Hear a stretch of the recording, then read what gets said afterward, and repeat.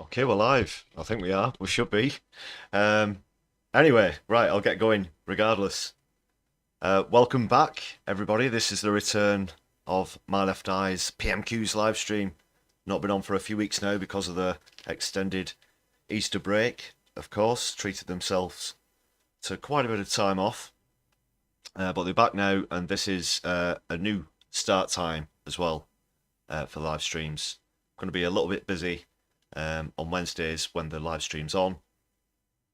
So that's going to be at this time every week from now on, apart from when they have the extended vacations, etc.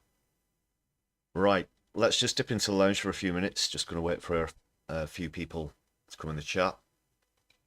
Hope you're all well this evening.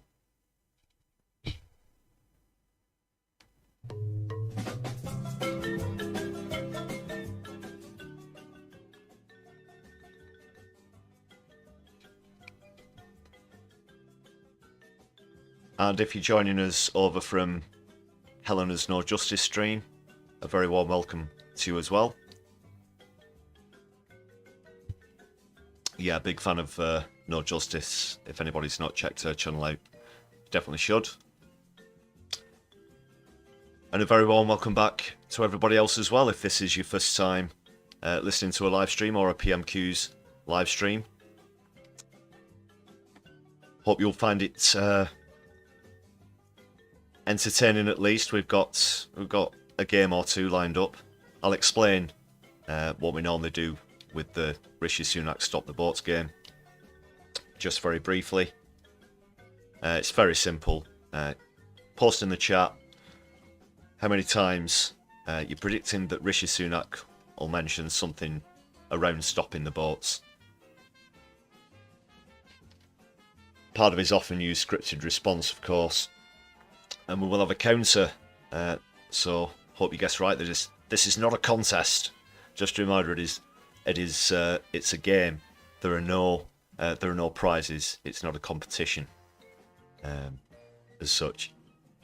Just to point that out as well.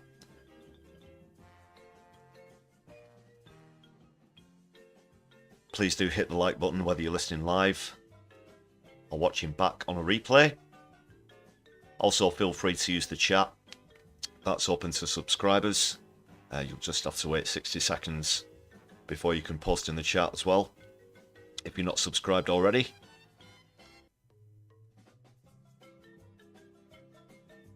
You can also consider supporting the channel by joining on one of our membership packages. One of them's designed and based all around live streams, and another one includes bonus videos, exclusive content, etc. Check out the perks. Great packages starting from just 99p if you'd like to support the channel in that way. Super chats are also open. Promise to read out all of the super chats. If you're watching on a replay, you can use the super thanks button as well. Or you can go to the Buy Me a Coffee page, check out the links in the description of the channel and for this video. Thanks a lot for being here this evening. Just a couple more minutes. I've got a couple of clips lined up before we get onto the actual PMQ session itself. I've not seen it yet, just to be clear about that as well. So this is going to be my first reaction kind of thing.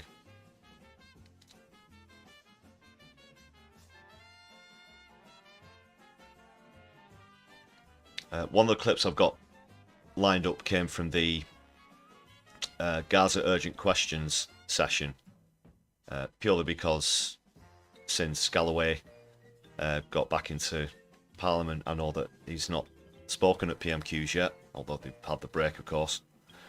But before the break, he hadn't been asked to make a comment or have a question heard. So I've pulled a clip out from that. I think it's quite good. Obviously, I've been a critic of Galloway as well in the past. We don't agree on everything, but I think he's really succinct when it comes to issues on Palestine and war in general, of course. So there's that. There's another clip. I've been meaning to play it on one of the live streams for a couple of weeks now.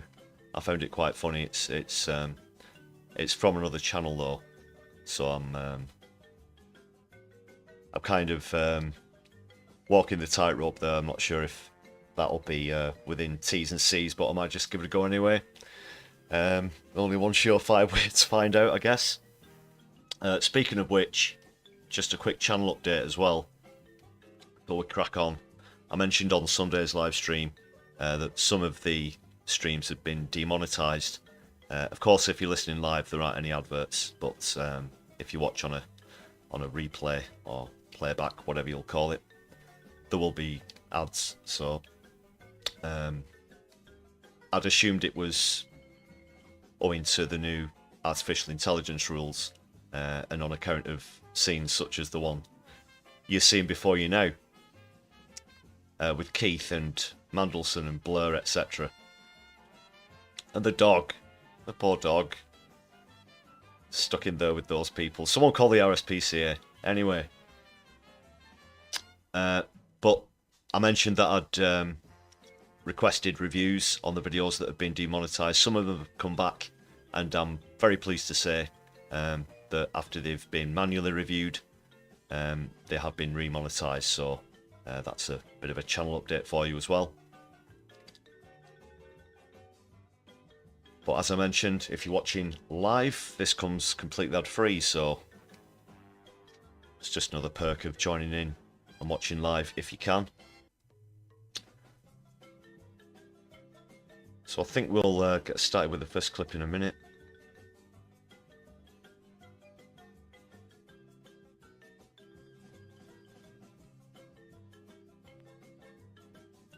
Just quickly hear from the Starmer bot, see what's happening with him. Under my leadership, we will engage constructively with the government. Not opposition for opposition's sake, not scoring party political points or making impossible demands, but with the courage to support where that's the right thing to do. Oh, Starmer bot's broken again. So, oh, how did that get in there? No idea. No idea how that got in there.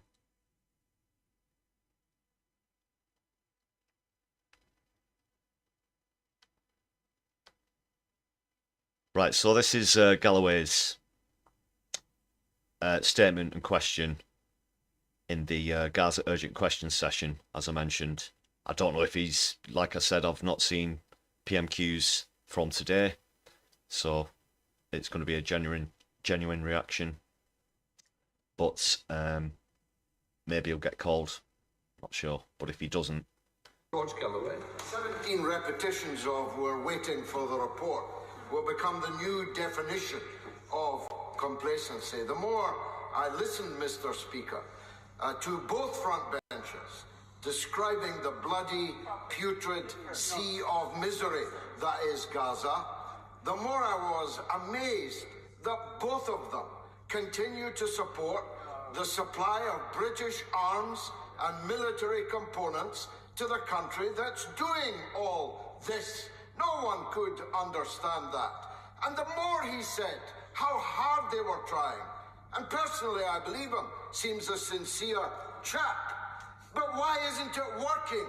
If you're trying so hard while scrambling your jets to defend Israel, giving arms to Israel, why won't they listen to you?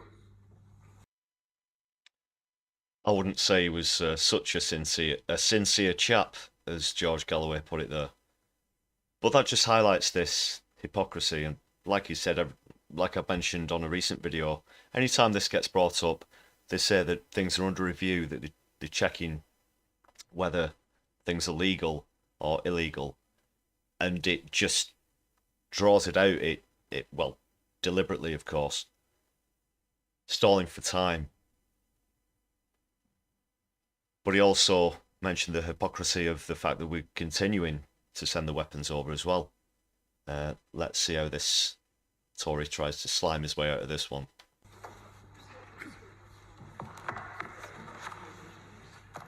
What I say with respect is that the questions that have been asked to me, I think, are entirely appropriate and understandable given the circumstances. I've responded as best I can from the government's perspective. I think the honourable gentleman knows from his extensive experience that the situation on the ground is hugely, hugely complex.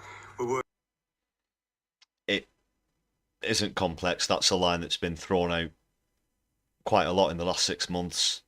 And again, it just doesn't wash. I don't know, they expect people to swallow this. It's not complex. Certainly not on a macro scale. On the ground, in the areas where people are being bombed and shelled, yeah, that's complex. Day-to-day living is complex, but he's not referring to that. He's referring to the situation as a whole, which is far from complex. And I think Galloway, he sort of tried to put words in Galloway's mouth there in his response, but I don't think he'd agree with that whatsoever. And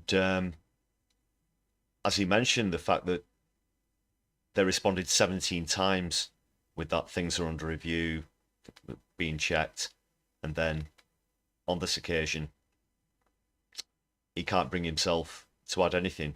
They only have very limited things that they're allowed to say in their responses, of course. Working night and day. Our officials in SCDO are working flat out. We're providing the support we can for Israel and to help tackle the destabilisation. So I understand the passion that he asked these questions for, but he should also understand these are incredibly complex situations. We're endeavouring to do everything we can with Israel to make our case, but they are also having to think about the implications of what's happening and act after a terrible, tragic attack by Hamas and responses by Iran as well. Christ. Again, no mention of the bombing of the Iranian consulate or the humanitarian crisis, etc., etc. They're very selective in what they do and don't see. But as I spy with my left eye, we can see the true picture. Right, I think we'll just get straight into the actual PMQs now. I might play that other clip I mentioned at the end. I'm still weighing up. I've just had some demonetized videos remonetized, like I said, and yeah, I don't want to risk going there again. So I'll think about it.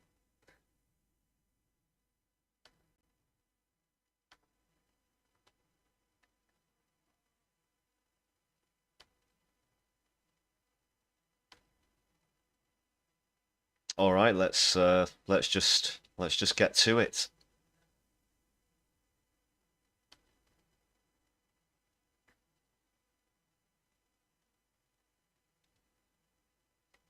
I'll bring it. Oh, it's been a while.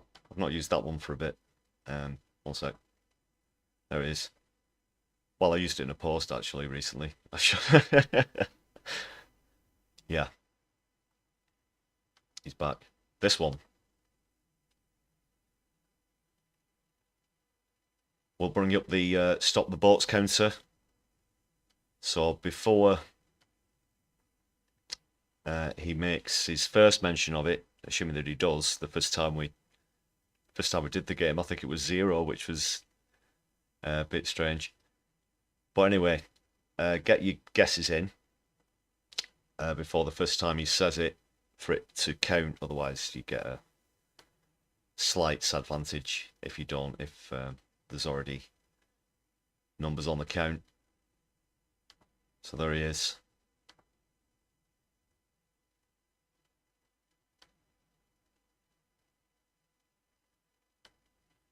Right, let's just go. We now come to Prime Minister's questions. Sir Len Saxby. Question 1, please, Mr. Speaker. Prime Minister. Mr. Speaker, we are joined today in the gallery by postmasters caught up in the Horizon IT scandal. It is one of the greatest miscarriages of justice in our history, and that is why we've introduced a bill to quash convictions, delivered schemes to ensure swift compensation, and established an independent inquiry. Mr. Speaker, this morning I had meetings with ministerial colleagues and others in addition to my duties in this House. I shall have further such meetings later today. Sir Len Saxby. Plenty of question first. Does my right right honourable friend agree towns like Barnstaple, the main transport hub in North Devon, serving hundreds Does the of Prime small Minister farms, agree that we're absolutely, great to not running the country into its knees? This is the formality of this question every week, of course. feel the difference with tax cuts and falling inflation? Does he agree we should be making it easier for people to use the bus, come to town and support Barnstable's local economy? And will my right honourable friend join me in calling on the Lib Dems to get on with reopening the bus station?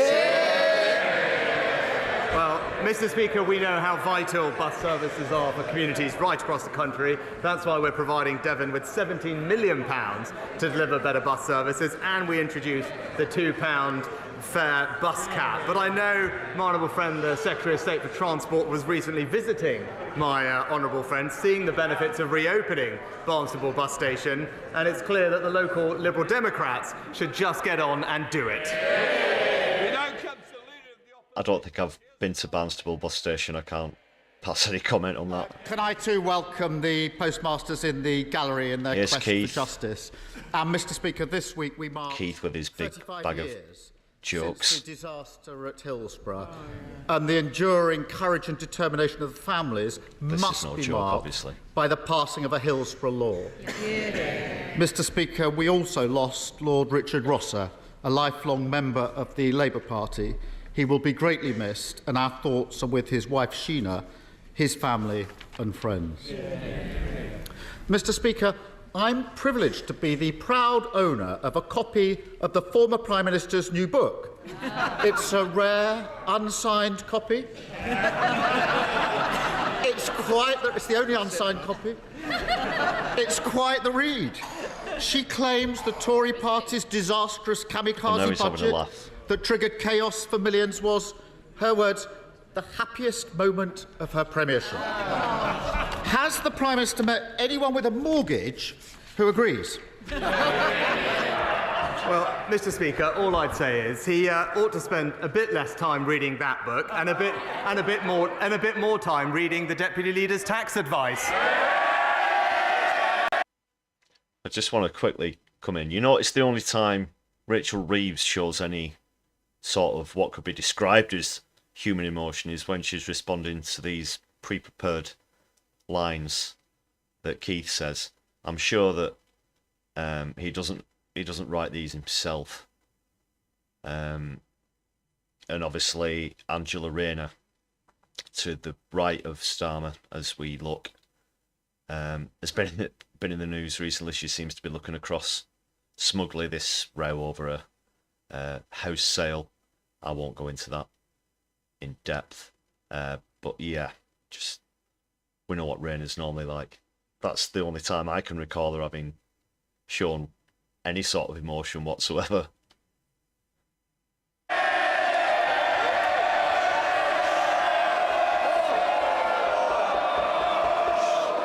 Show some order.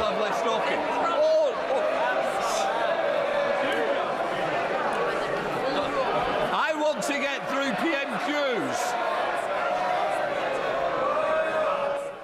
Yeah, so do I. Come on, Hoyle. I'm on the clock here. Mr. Speaker, we've got a billionaire Prime Minister and a billionaire Prime Minister, both of whose families have used schemes to avoid millions of pounds of tax, smearing a working class woman. And Well, Prime Minister, the former Prime Minister, has a very long briefly list. come in that. Sorry, I try not to pause it as much as possible. I'll try and talk over it more than pause it. But well, technically, by definition, because of her status as a member of Parliament, that does technically put her in the upper classes. Technically, on a technicality, of course, Angela Rayner comes from a genuinely working class background. Same can't be said for many other people on that bench or on the Tory bench, of course, including Starmer. Often tries to humble himself, bringing up his tool-making paternal ancestry and whatnot. But just, yeah. that whole story with Rain, I was pretty sure that was going to come up, and alas, so it has. Well, of people to blame for the economic misery. They don't want to hear it. They made her Prime Minister, and millions of people are paying the price. She's got a long list of people to blame. She blames the Governor of the Bank of England, the Treasury, the Office for Budget Responsibility. The American President is blamed at one point. We even learned that the poor old lettuce was part of the deep state. Does the Prime Minister agree with me that it's actually much simpler than that? It was the Tories' unfunded tax cuts, tens of billions of pounds of unfunded tax cut, that crashed the economy and left millions paying more on their mortgages, wasn't it? Mr. Speaker, everyone knows that 2 years ago I wasn't afraid to repeatedly warn about what her economic policies would lead to, even if it wasn't what people wanted to hear at the time. Well, I was pretty sure he was going to do that didn't happen on my watch routine. Policies would be a disaster for Britain. He would send inflation up, mortgages up, and taxes up, and working people would pay the price.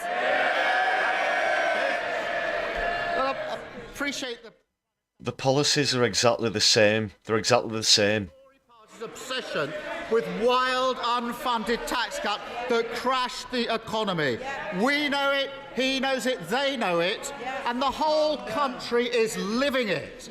So when is he finally going to learn the lesson from his predecessor's mistakes and explain where the money is coming from for his own completely unfunded £46 billion promise to scrap national insurance?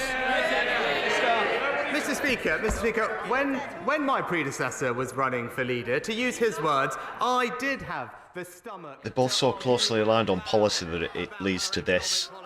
Had the conviction to say that they were wrong, but not once, but twice. He tried to make his predecessor Prime Minister. Despite him opposing NATO and Trident, ignoring anti-Semitism... Here we go. Here's the thing, though. Starmer's not going to challenge that. He more or less needs that, politically speaking. He was explaining how he's funneling money from poor areas to pay it into richer areas. We know what his record is. I notice he's not denying... Yeah, it's terrible. It's terrible how he won't even put the record straight on what Sunak just said about Corbyn. This. So now's his chance. No more spin, no more waffle, no more diversion. I know that'll be difficult. He can either, Mr. Speaker, this is the choice, he can either cut state pension or the NHS that National Insurance funds, that's route one, or he can put up income tax. Oh, goodness me. Which one is it? Prime Minister, Mr. Speaker, we've just cut taxes by £900 for a typical worker. We've delivered the biggest tax cut for businesses since the 1980s. But while we're cutting taxes, Labour is already putting them up. No way. Wales, putting up taxes No way. right now No way. for small... Okay. Every bomb and the dog knows that because of inflation, these aren't real-term increases. For example, always moving the goalposts, always distorting the truth. Is Penny Mordaunt picking her nose? Businesses Oh no, she's just scratching her face. Putting up council tax by 21%. And in London, his mayor has put up taxes by 70%, Mr. Speaker. And this is just a glimpse of what they'd do if they got in power. A few weeks ago, he finally admitted it to The Sun. What would he say he would do? I quote, he said, "We would put up taxes." It's always the same, Mr. Speaker. Higher taxes and working people paying the price. Oh, I thought we might get a stop the boats there. Thought we might get one. More times than he has. But Mr. Speaker, just hang on, because he was given the chance. He was just given the chance to rule out cutting the NHS or state pensions to pay for scrapping national insurance. No, I was a lawyer long enough to know when someone's avoiding the question. So I'm going to give him another chance. Thinking about doing a versus game where it's Stop the Boats versus Starmer mentioning that he was or is former director of public prosecutions, or that he's a lawyer. Let us know what you think about that in the chat or comments. I think it'd be a pretty close run thing. Will he now rule out cuts the NHS, cuts the state pension, or putting up taxes to pay for his unfunded £46 billion promise to scrap national insurance? Which is it? Mr. Speaker, I make absolutely no apology about wanting to end the unfairness of the double taxation on work, Mr. Speaker. The NHS is receiving record funding under this Conservative government. Pensioners have just received a £900 increase. No, it's not. And no, they're not. Let's have a look at what Labour's brand newly appointed tax advisor has to say. This advisor thinks that supporting pensioners is a complete disgrace, Mr. Speaker. So do you. So do the Tories. And if it wasn't bad enough, this advisor has called for increases in income. They completely shafted pensioners during COVID, and since then, and long before then. Copying and pasting from. So this is genuinely extraordinary. Two chances to rule out, Mr. Speaker, two chances to rule out cuts to state pension, cuts to the NHS, or income tax rises to fund his promise to abolish national insurance. Order. Mr. Hull, I want you to set a good example, not a bad one. God, he's actually coming in. Mr. Speaker, this really matters. He's had two chances to rule out these cuts to NHS, cuts to tax or pensions or tax rise. This matters to millions of people watching who want to know what's going to happen to their NHS and pensions.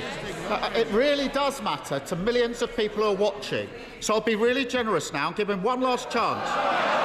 Very simple. You're wasting your time. Is his £46 billion promise to abolish national insurance being paid for by cuts to the NHS, cuts to the state pension, or yet another Tory tax rise?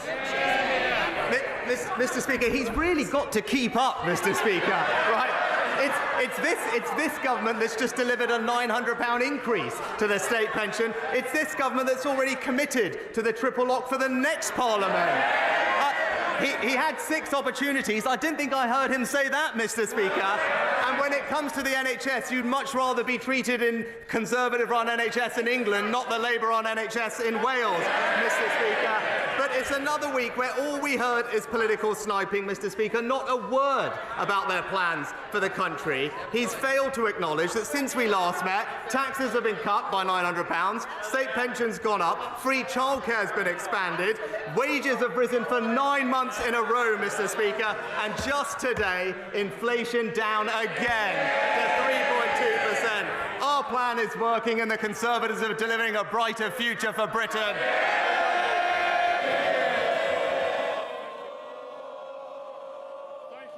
Mr. Speaker, you will not be surprised to learn that I very much welcome the £20 million allocated to Carlton in my Gedling constituency as part of the long-term plan for towns. But I'm very eager to see that this money is spent according to local wishes. I know there'll be consultations following the setting up of the Towns Board, so will my right honourable friend join me in urging Carlton residents to take part in those forthcoming consultations, to make sure their voices are heard and to ensure that this money is spent where the people want? Can I thank my honourable friend for his tireless campaigning on behalf of the residents of Carlton. Our long-term plan for towns means that 75 towns across the country, including Carlton... Long-term plan? I think he's pretty sure he's going to be out on his ear. Area, but crucially, as he said, that by will be autumn, in the hands or of in local autumn. people deciding on their priorities for the place that we live, whether it's regenerating local high streets, investing in parks and green spaces, or tackling antisocial behaviour. We're levelling up across the country, and he deserves enormous praise for his role in securing that investment. SNP leader Stephen Flynn. Thank you, Mr. Speaker. Oh, this here we week, go. a former Prime Minister who This will be oversaw a financial crash before being unceremoniously turfed from office told the public the truth, and I'm not referring to that one, Mr. Speaker, because on Monday, Gordon Brown told the people of these Isles that the forces pulling Britain apart are greater than the forces holding it together. So maybe the Prime Minister can find some time this afternoon to perhaps agree with just one of his predecessors. Well, Mr. Speaker, where I do agree with my predecessor very strongly is that Scotland would be far stronger inside the United Kingdom. Stephen Flynn. Mr. Speaker, of course, where Gordon Brown was also correct was in stating that Scottish independence is not simply off the agenda. And indeed, those remarks were echoed just yesterday by the General Secretary of the Scottish Trade Union Congress, who stated that it remains an unresolved issue, Mr. Speaker, before going on to state, and I confirm, and they may laugh at her, but she said, that can be a very dangerous place to end up in when you are not allowing people to express their wishes in a democratic manner. So may I ask the Prime Minister, does he welcome the fulsome, wholehearted and warm support of the Labour Party in denying the people of Scotland that opportunity to have a say over their own future? Well, Mr. Speaker, we did have a democratic vote on that topic, but what I would suggest to the It's like 10 years ago. and indeed wasting time cracking down on free speech and trying to lock up J.K. Rowling, he should focus on what the people of Scotland actually care about: schools, hospitals, jobs, and our new tax cuts. Name Andrea Jenkins. Thank you, Mr. Speaker. I abhor a two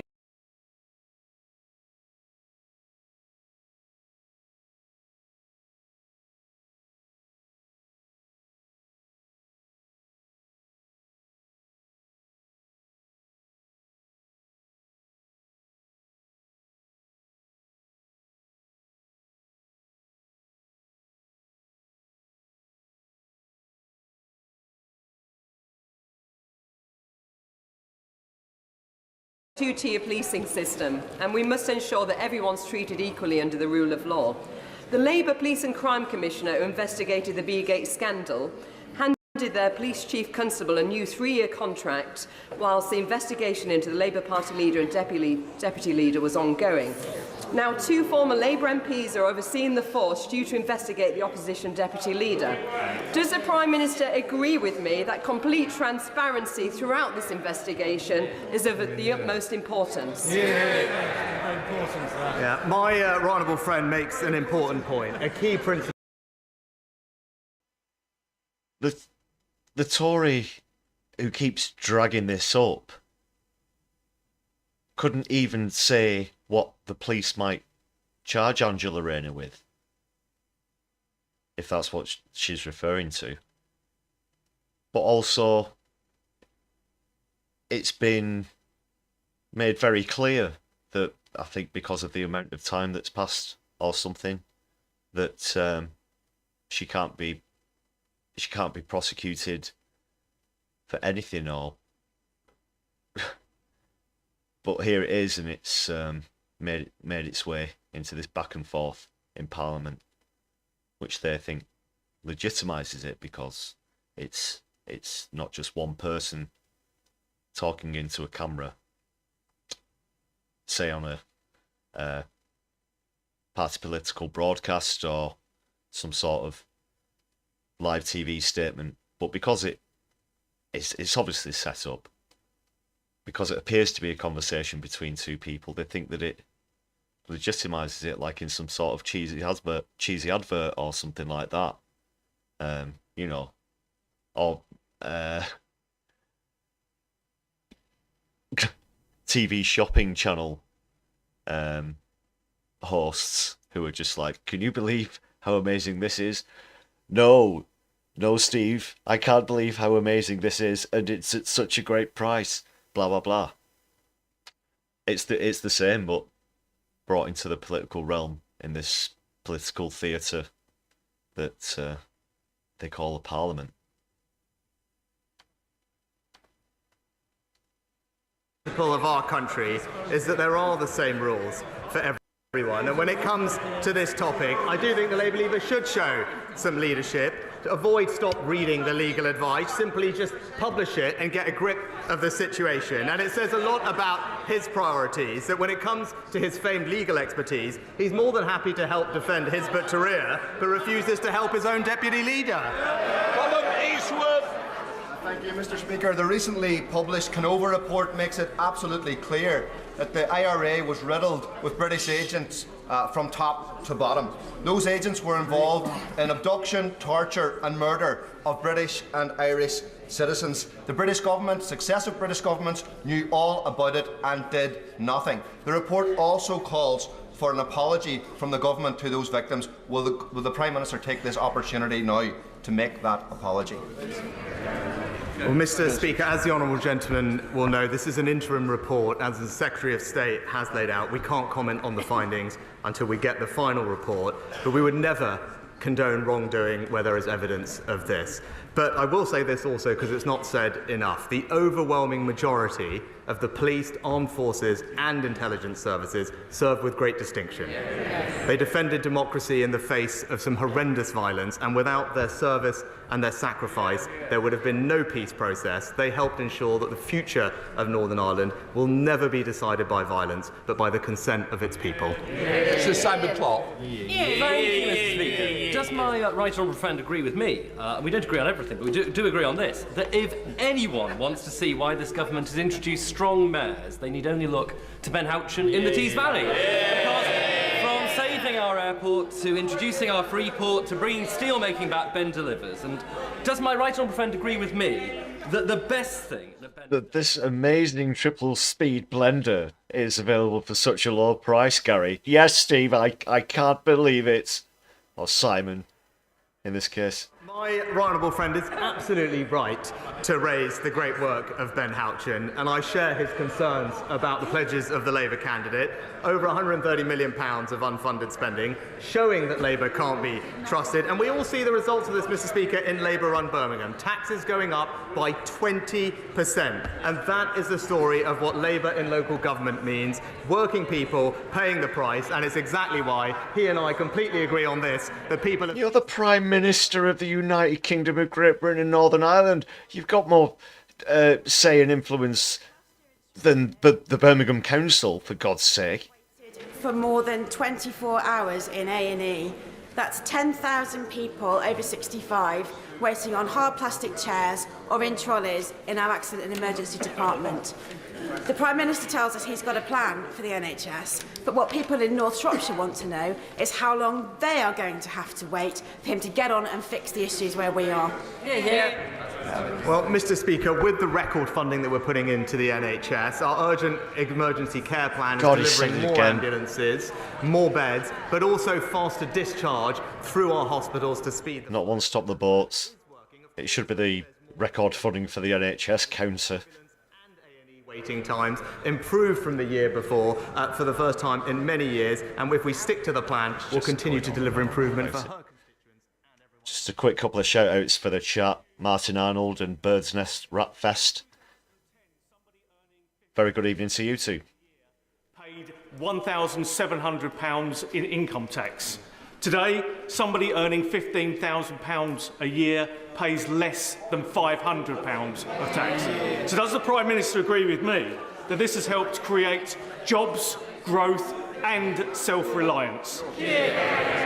My honourable friend is quite right, and because of our plan, the economy after a tough few years has indeed turned the corner. Inflation has fallen from over 11% to 3.2%. It's forecast to return back to target in just a few months, a year ahead of expectations. And that's why, Mr. Speaker, we've been able to cut people's taxes, a tax cut, as he mentioned, worth £900 for an average worker. which, by the way, is part of our plan to end the long-term unfairness of the double taxation on work. Sir Aldney. Thank you, Mr. Speaker. 4 years ago, my constituent Juliana was drugged and raped by her then boyfriend. After his conviction, Juliana was advised that reading a transcript of his trial would help her to come to terms with her experience. But when she requested that transcript, she was told that she would have to pay more than £7,000. Astonishingly, Juliana is not alone. I have heard about £7,000 fees of up to £22,000 just to read trial transcripts that are part of their own story. Mr. Speaker, justice should not have a price tag. The Liberal Democrats' amendment to the Victims Bill would give all victims the right to read sentencing remarks and summings up free of charge. Juliana is here in the gallery today, and she asks if the Prime Minister will support that amendment. Will he look her in the eye and say yes? Mr. Speaker, I'm extremely sorry. Say there's an inquiry or something, or some process to wait for. Indeed, her family. We are committed to improving victims' access to court transcripts to help them move on and rebuild their lives. We already offer a free service to families of homicide victims, for example, and that's why we have already committed to a one-year pilot to help identify the current demand, inform our next steps, and alongside this, we're actively looking at other options to immediately reduce the costs. James Sunderland. Mr. Speaker, Bracknell Forest Council has a particular challenge with special educational needs, and I'm keen to support them. I am grateful to the Government for the recent SEND review, the significant increase in resources and the bespoke safety valve programme for Bracknell, but additional school places are needed now.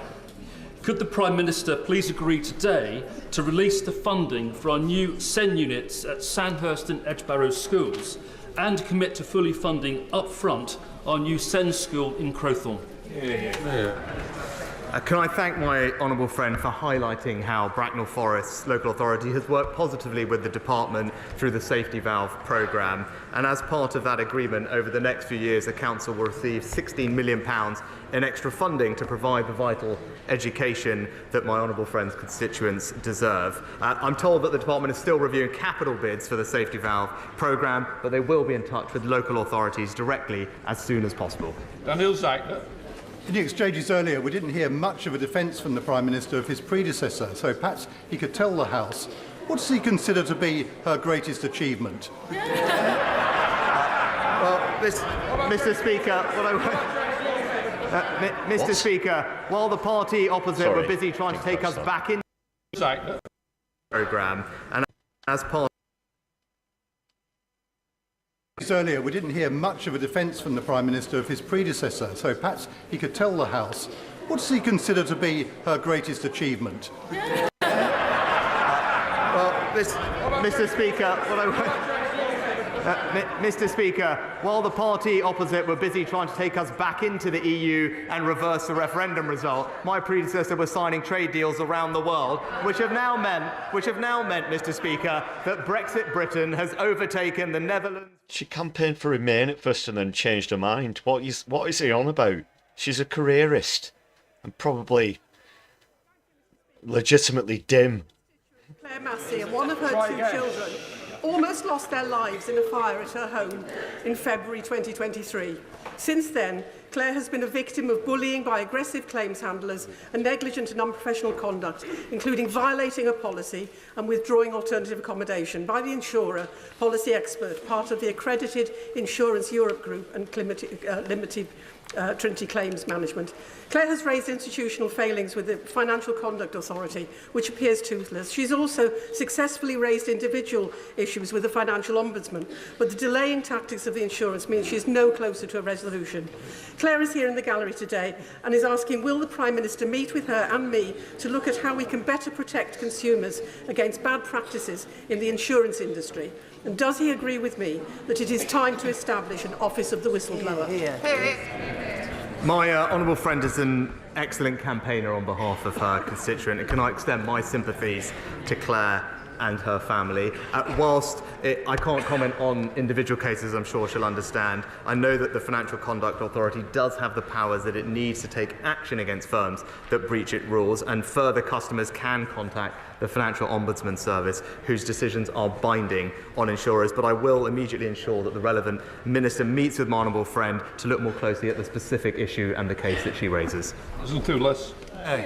Ukrainian Member of Parliament Mykola Stefanchuk is in the public gallery this afternoon. I'm sure we all wish to welcome him and wish Ukraine, Slava Ukraine. Mykola has told me that Ukraine has the people, Ukraine has the courage, but Ukraine does not currently have the weapons and the air defence to secure her freedom. In light of today's Russian attack on Chernihiv this morning, which has killed at least 10 and injured many more, can I ask the Prime Minister, will he respond to President Zelensky's statement that this would not have happened if Ukraine had received sufficient air defence equipment? Mr. Speaker, it was a pleasure to address members of the Ukrainian Parliament when I visited Ukraine earlier this year. Indeed, it was my first foreign visit of the year. I was the first foreign leader to visit Ukraine. And it just jumped straight into...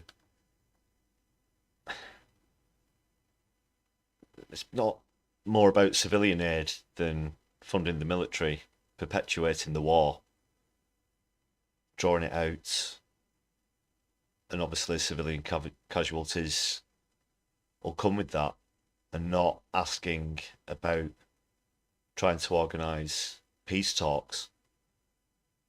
It's just always how much more money can you pump into war? They speak of magic money trees. There's a magic money forest where it comes to war. Almost as if every time they chop down a tree in that forest, two more grow in its place, like the hydra of trees. President Zelensky to demonstrate our strong support for the Ukrainian people at their moment of struggle against Russian aggression. We've increased the amount of support that we've given to Ukraine this year. Indeed, the first major country to do so, and a big part of that support concerns air defence, where we have led in supporting Ukraine's efforts. We'll continue to do so, and also continue to encourage other countries around the world to step up and match our leadership, because we all want to see a future for Ukraine based on freedom from tyranny. Mr. Speaker, on a recent visit to Pimlico in my constituency, the Prime Minister heard directly from local people concerned about the eye-watering rise in violent crime and robberies. Does my right honourable friend agree with me that the London Labour Mayor has failed to take advantage of extra government funding to recruit more police, and that on the 2nd of May, Londoners can send him a very clear message: he's let them down? Mr. Speaker, Sadiq Khan is failing London. While burglary is down across England, it's up in London. Violent crime down across England, but up in London. And the Labour Mayor is the only one of 43 police and crime commissioners to have missed his police recruitment target. Londoners will have a chance with speech. Home Secretary's got a lot to answer for. As we all know, they'll be safer with Susan Hall.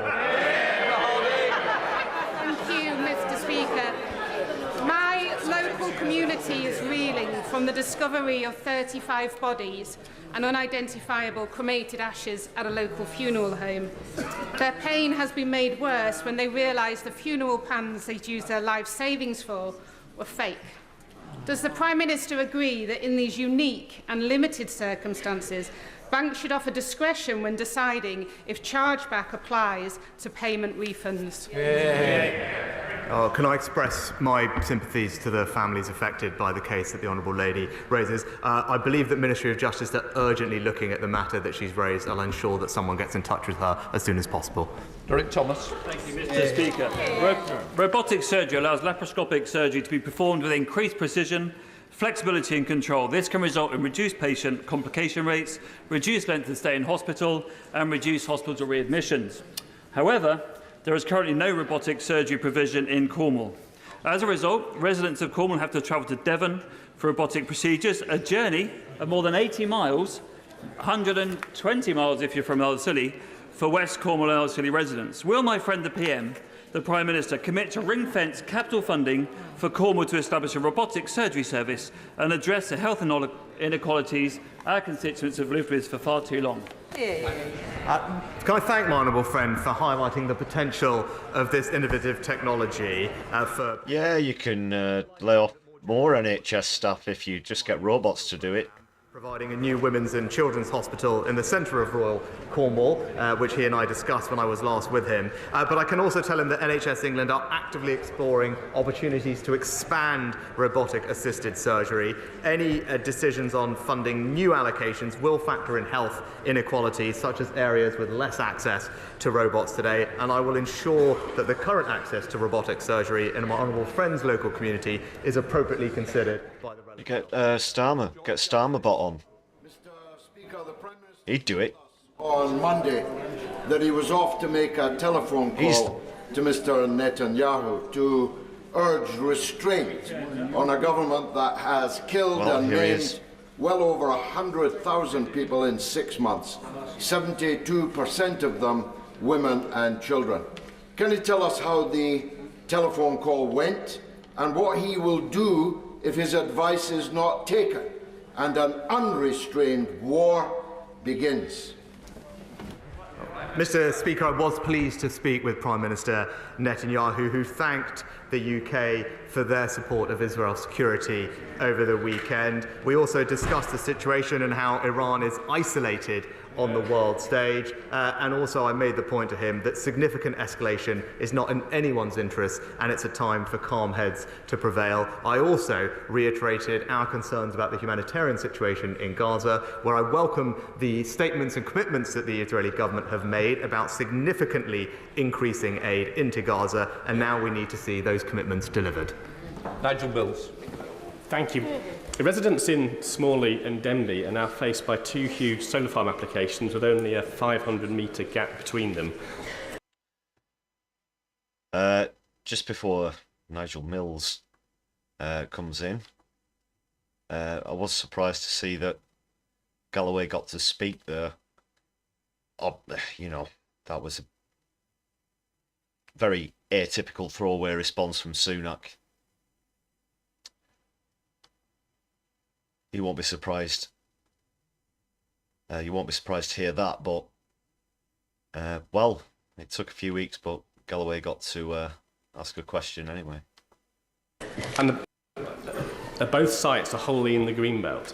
So would the Prime Minister agree we should change planning guidance to make it absolutely clear that productive farms in the Greenbelt are not the right place for solar farms, and the investment and the time being spent should go on sites that might be appropriate, like car parks or brownfield land or roofs of industrial buildings, rather than wasting people's time? What are you talking about? There's a climate crisis. Jesus wept.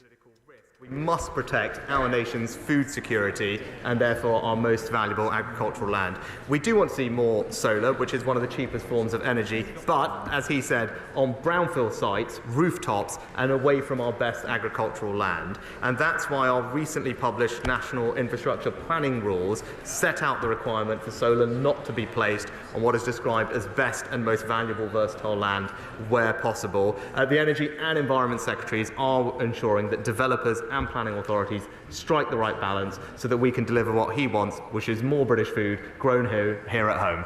Catherine McKinnell. Out recently with Chris McEwen, the mayoral candidate in Teesside, it was clear that residents are really worried about crime. Levels in Tory-run Teesside are some of the highest in the country. Residential burglary rate is 52% higher than anywhere. Sorry, we had some lag in there. When will the Prime Minister realise that he's not only lost control of his party, but of crime in this country too? Mr.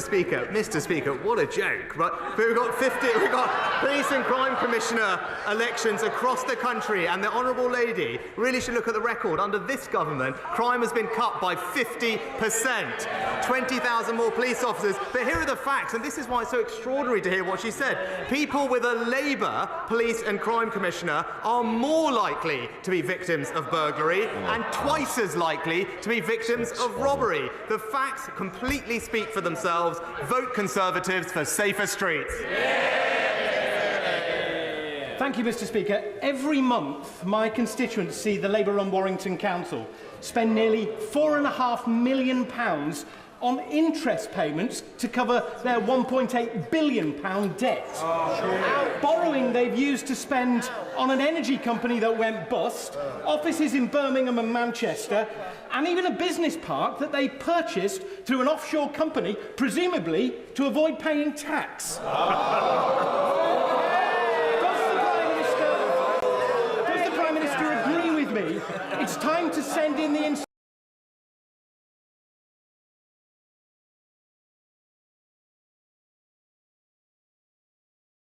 inspectors. Warrington Council has gone too far in its money-making schemes, and local councils should focus on delivering great services, and the way to achieve that is vote Conservative on the... Sorry, mic was off.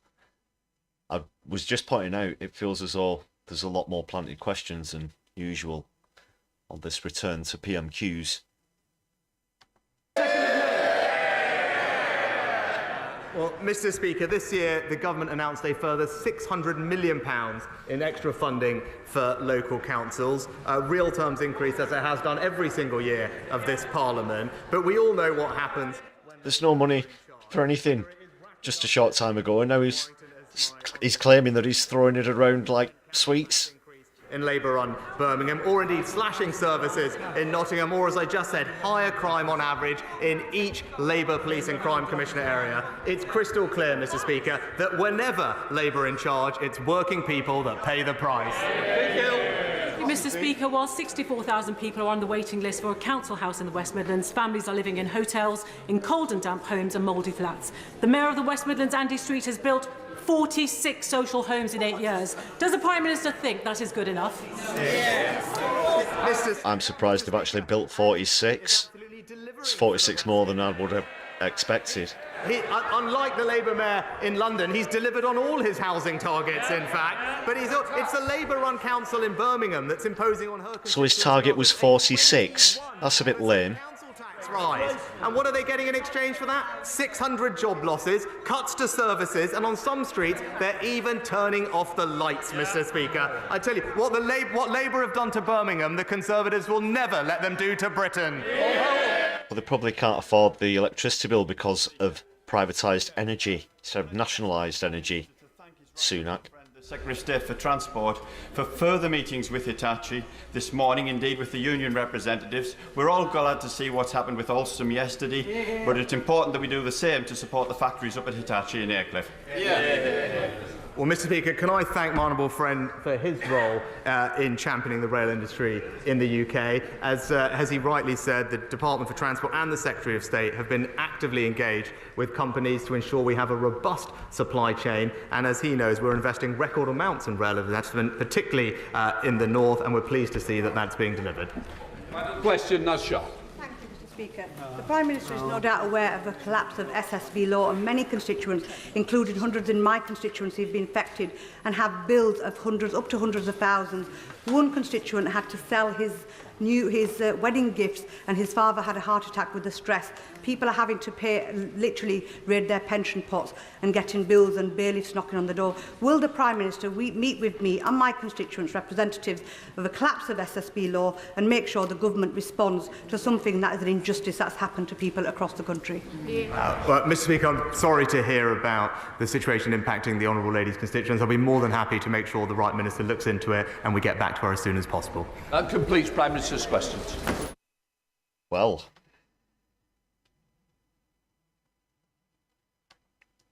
that was that.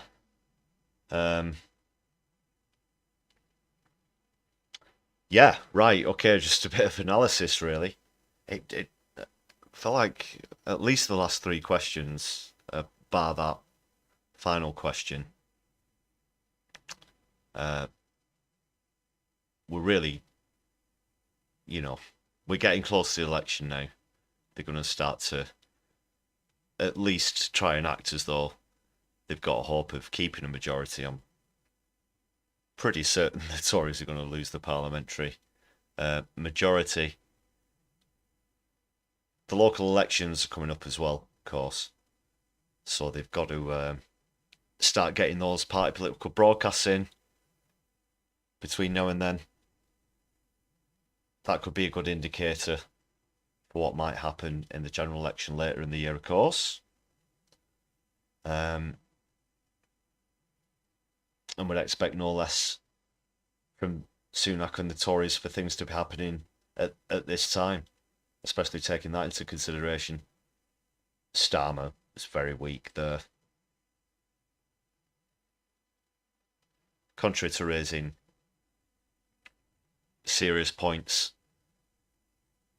real opposition, he's more than happy to, well, it came up again, the Corbyn bashing, and Starmer, part of his ploy, having to rely on perpetuating those lies, remained silent and didn't speak up for his former colleague.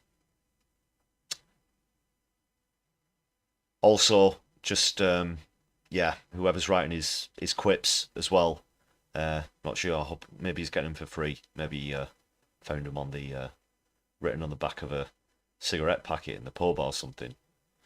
So, there weren't any stop the boats either from Sunak. That was quite a surprise, considering there were some really, bumlicky questions in there, so to speak.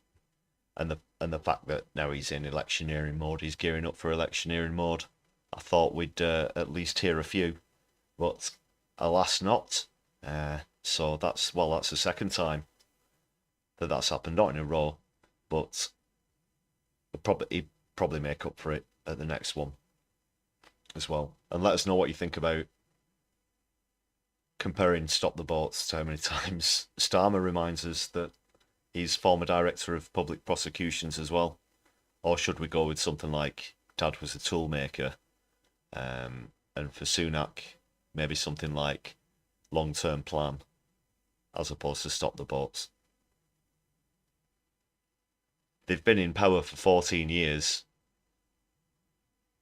And just now, they've chosen to reveal their long-term plan. Not sure how long they're talking like they're going to be in government for. 20 years, 25 years, 50. Was that part of their cunning plan all along? To wait 14 years, going on 15, to reveal this long-term plan. I don't know about you, but the last 14 years have certainly felt very long and drawn out to me, so that wouldn't be something that I'd look forward to. However, it seems to be something that Sunak thinks he can gloat about.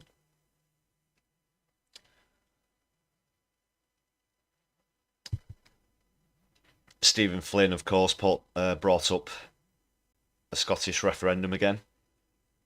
You heard shouts in the background of once in a generation and such. They were just comments once or twice made in the press by members of the SNP, but that was never sort of an official declaration.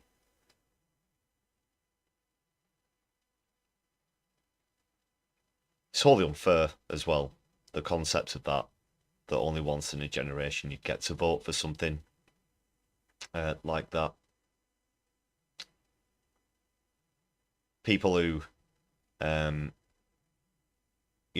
lot of people are of voting age now who weren't in 2014. That was 10 years ago, so...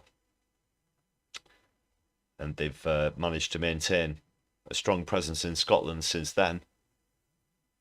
Some people thought that after the referendum in 2014 that would lead to some sort of collapse in Scotland for them. I'm sure that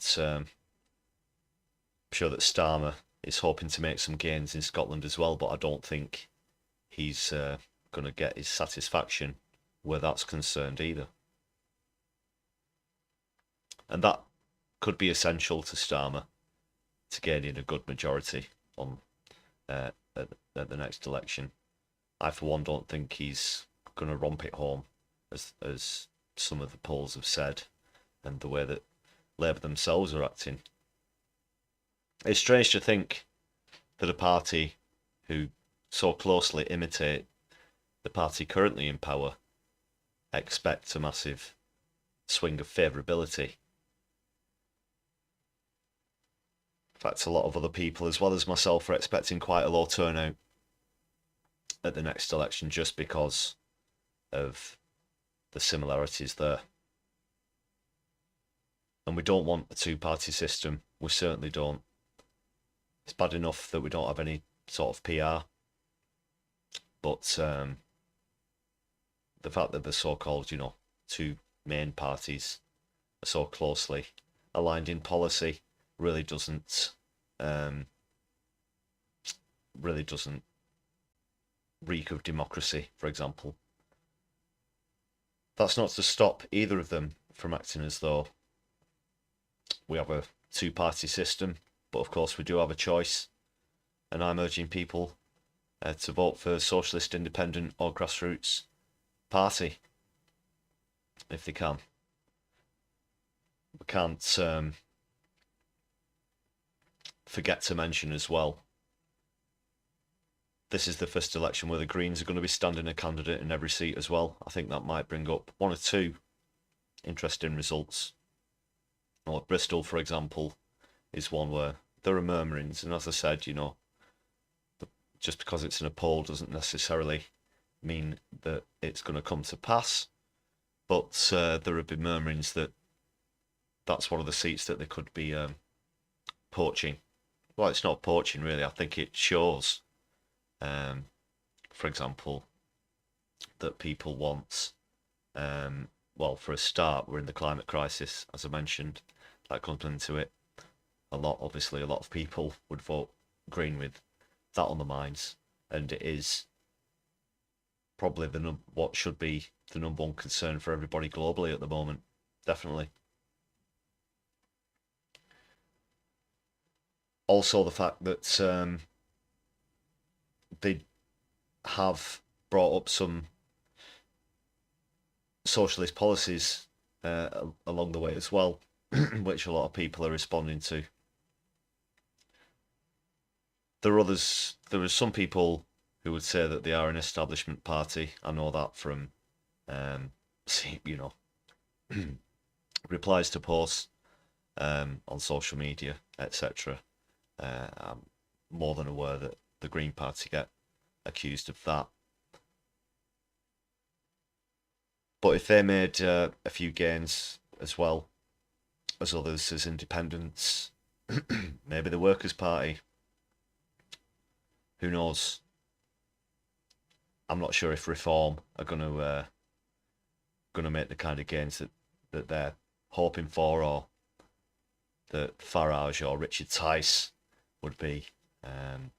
The fact that they've only got one MP, which is the same as the Greens, admittedly, of course, but that was only by default, by his defection to another party, without there being a by-election.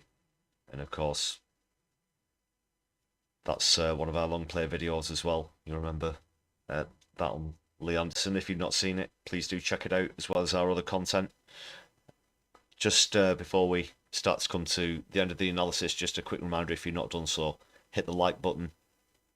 Also, please do, as I said, check out some of our other content. You can help to support the channel by joining with a membership, and there are two packages to choose from, 2 tiers of membership, so please do check out the perks. We've got static emojis, exclusive videos, exclusive live streams, etc. And you'd be very welcome to join us on My Left Eye. And if you're watching on a replay, please consider hitting super thanks or going to the Buy Me a Coffee page. You can see a link for that in the description of the video or for the channel as well. And let us know your thoughts about what you made of this PMQ session. They've been away for a while. I thought it might get a bit more fiery because it's not been on for a few weeks now, but that wasn't the case. I mean, Starmer really never has it in him to sort of make impassioned performances in Parliament at all. He just doesn't have that because you know, everything he says is from a page or from a script. With Corbyn, other Labour members as well, including ones who've been deselected, had the whip removed, etc., have given impassioned speeches, but this is just like some sort of weird accountant / lawyers conference from both sides of the bench, bar the SNP, etc.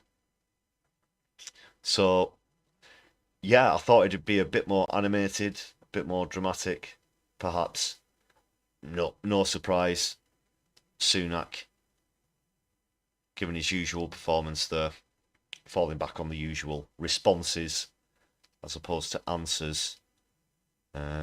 Galloway managed to bring up Palestine, the issue in Gaza, the obviously 6 months long escalation now, but again, very, you know, crumbs on the table in terms of sentiment from Sunak, as always. But we'll be back next week, of course. Going to stick with this time for now. I hope it.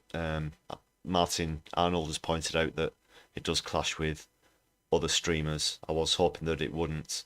I know that some other live streamers, I mean, I follow these channels myself, you know, I'm gutted that I can't be there to see them and join in the chat with you guys in real time as well. But also I know that not everybody schedules Thursday just jump on. Sometimes it's easier to know when some channels are going to be on than others. But I will do my level best to make sure that those clashes don't happen in future, not just because I'd love to have more people chatting in real time on this channel, but also because I'm fans of theirs as well. So yeah, but there's only so many hours in the day, as they say. It's weekdays, you know, late evening seems to be fairly popular, as well as weekends as well. So I'll do my level best. I'm trying to get things into a bit of a steady schedule in terms of planning, especially for live streams, because if you're going to join us on on the live stream tier of the membership, then it'd be, you know, convenient for you to know regularly when the stream's going to be on, if you want to come and join us in the chat. So yeah, that's just about it for channel spiel at the moment as well. One final reminder: hit the like button. Go on, like and share, like and subscribe. Right, so that's just about does it for this week. I'm gonna look into things before I play that other clip that I did mention.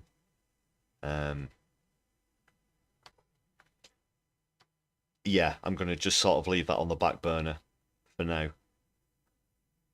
And, God, how did that get in there?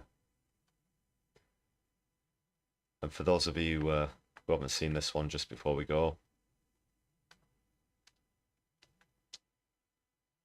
Wah, wah, wah, wah. Yeah, well, it sure beats the kind of gags that Starmer puts out anyway, usually at PMQs. Not sure there's a long-standing comedy career coming out for whoever writes those ones that he puts out, but there you go. Right, that just about brings us to the end of the stream. I'll wish you all a very good evening. Hope you can join us either on one of the members' live streams during the week, if not on Sunday, and if I don't see you then, might see you back next week for another PMQ, so keep an eye out for that. And until then, take care everyone.